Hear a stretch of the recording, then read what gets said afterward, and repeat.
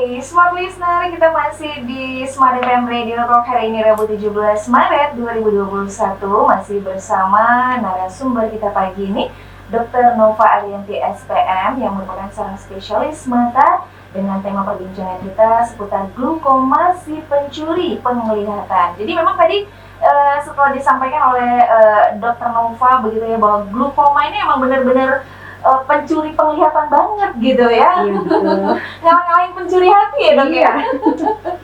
Jadi Smart Listener, wabah COVID-19 ini memang membuat kita harus banyak melakukan kegiatan di rumah melalui media digital yang berhubungan erat dengan mata ya. Walaupun di tengah COVID-19 kita harus tetap berproduktivitas begitu ya dengan serba online. Nah, ini merupakan pemicu juga ya Bu ya. Ya dok ya, jadi gangguan juga pada penglihatan kita ya. Nah itu gimana tuh dok? Karena kan kemungkinan dia menderita kan kelainan refraksi tadi merupakan faktor resiko ya, bahwa adanya riwayat pemakaian kacamata yang tebal ya, baik itu minus ataupun plus, itu merupakan faktor resiko juga. Termasuk faktor resiko juga. Jadi hati-hati nih untuk Smart Listener yang banyak melakukan kegiatan secara online ya dok ya. Betul. Nah ini kita balik lagi nih ke pemeriksaan untuk mendeteksi glaukoma ini ada ya dok? Ada, tentu pasti ada. Apa aja gitu? Jadi pemeriksaan untuk mendeteksi adanya glaukoma itu ada, kita bagi tiga ya. Yang pertama itu pemeriksaan tekanan bola mata. Ya, itu biasanya kita lakukan di rumah sakit ya. Ataupun untuk yang di dokter umum di Paskes juga bisa dilakukan dengan cara sederhana. Ya misalnya palpasi daripada kotak mata ya. Kemudian dengan mempergunakan alat kalau kita di rumah sakit namanya SIOT atau tonometer SIOT ataupun tonometer non kontak ataupun tonometer aklamasi. Sedangkan yang kedua itu pemeriksaan struktur dan saraf mata. Ya, itu biasanya itu wajib dengan pemeriksaan namanya fundoskopi. Ya baik direct ataupun indirect. Itu biasanya di rumah sakit ya. Untuk di Paskes kita nggak ada alatnya dan itu harus dilakukan oleh dokter spesialis. Nah, yang terakhir nih pemeriksaan lapangan pandang. Nah, pemeriksaan lapangan pandang ini juga bisa dilakukan di puskesmas atau paskes ya oleh dokter umum.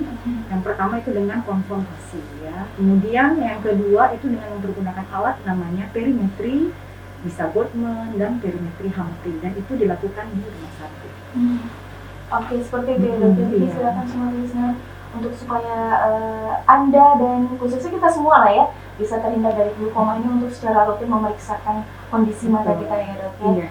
Kita bisa periksa kemana nih? Kalau kita mau periksa nih ke dokter Nova, kemana sih? Boleh aja di mana aja boleh. Oh di mana aja boleh ya? Yang penting ada apa nih yang ada dokter matanya. Oke, gitu ya. Di rumah sakit boleh, di praktek pribadi boleh. Boleh ya. Oke. Nah ini kita balik lagi nih tadi sebelumnya di sesi yang sebelumnya ada pertanyaan dari Ahmad Satiri tentang sebenarnya tadi sih di sesi sebelumnya sudah disampaikan ya, tapi mungkin beliau ini baru saja bergabung bersama kita dan mungkin dokter bisa menjelaskan sedikit lagi tentang penyebab glaukoma menyerang mata kita. Iya, oke, baik saya ulangi lagi ya. Bahwa penyebab glaukoma itu dia bersifat multifaktor ya. Salah satunya itu penyebabnya adalah primer, yaitu kelainan daripada matanya itu sendiri. Oke. Iya, yang tadi saya jelaskan berdasarkan sudutnya ada yang terbuka, ada yang tertutup ya. Dimana kalau yang tertutup itu yang memberikan serangan yang akut ya. Sehingga pasien pasti berobat ke dokter spesialis atau kemana gitu ya, ke rumah sakit ya, karena matanya mengalami serangan. Yang kedua itu penyebabnya adalah sekunder. Sekunder itu karena ada faktor lain yang menyebabkan dia menjadi glaukoma. Misalnya apa? Misalnya infeksi, ya, infeksi pada mata, misalnya uveitis ya, itu peradangan pada iris dan korpus ciliaris pada mata itu bisa menyebabkan glaukoma. Kemudian juga penyakit katarak, nah itu bisa menyebabkan glaukoma.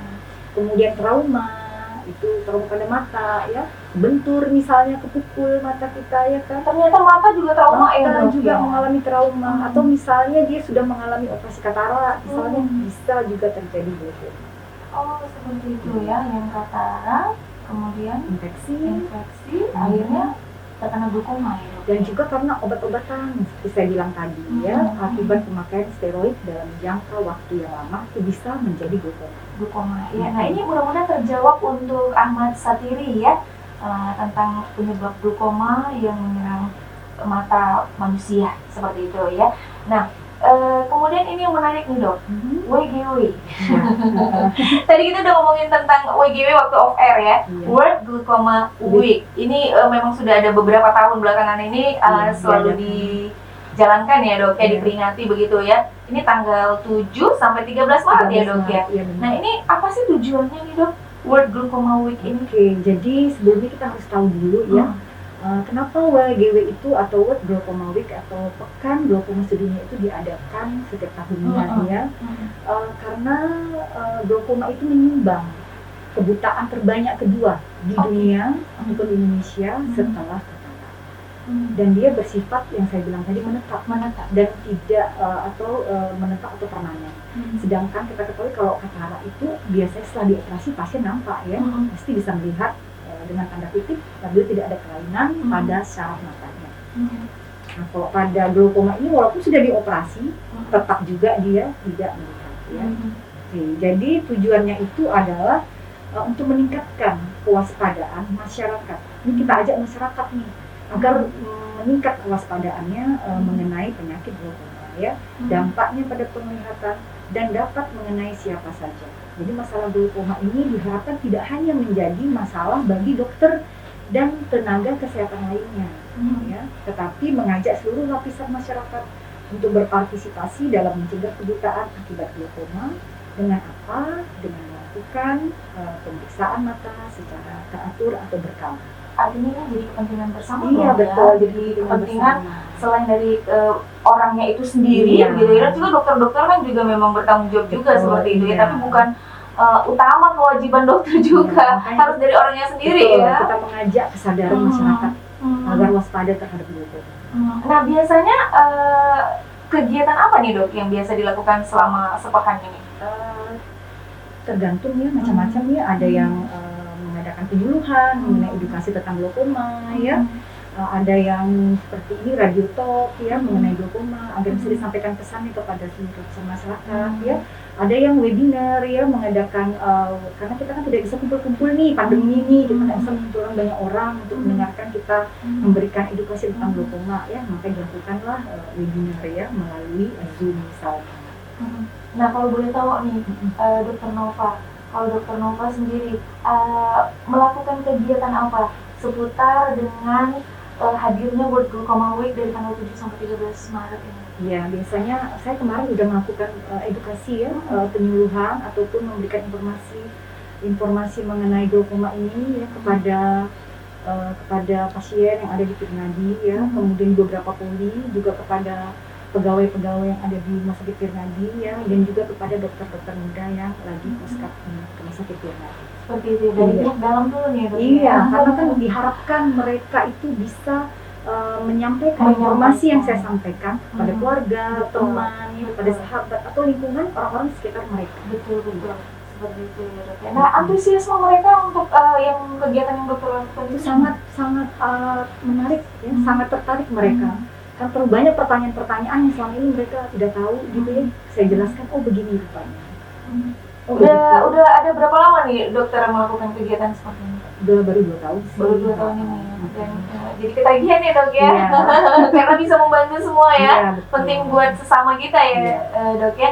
Oke, ini mudah-mudahan lancar terus ya dok ya, Iya, terima kegiatan kasih. seputar World Glaucoma Week dan juga kegiatannya dokter Nova untuk bisa menyampaikan yang terbaik buat mata kita. Ya, Seperti itu ya. Iya. Dok, kita mulai sudah lagi ya. Oke, smart listener silakan untuk Anda yang mau menyampaikan pertanyaan, kita masih tunggu tentang tema kita kali ini di Smart FM Radio Talk tentang glaukoma si pencuri penglihatan bersama narasumber kita Dr. Nova Arianti SPM yang merupakan seorang spesialis mata.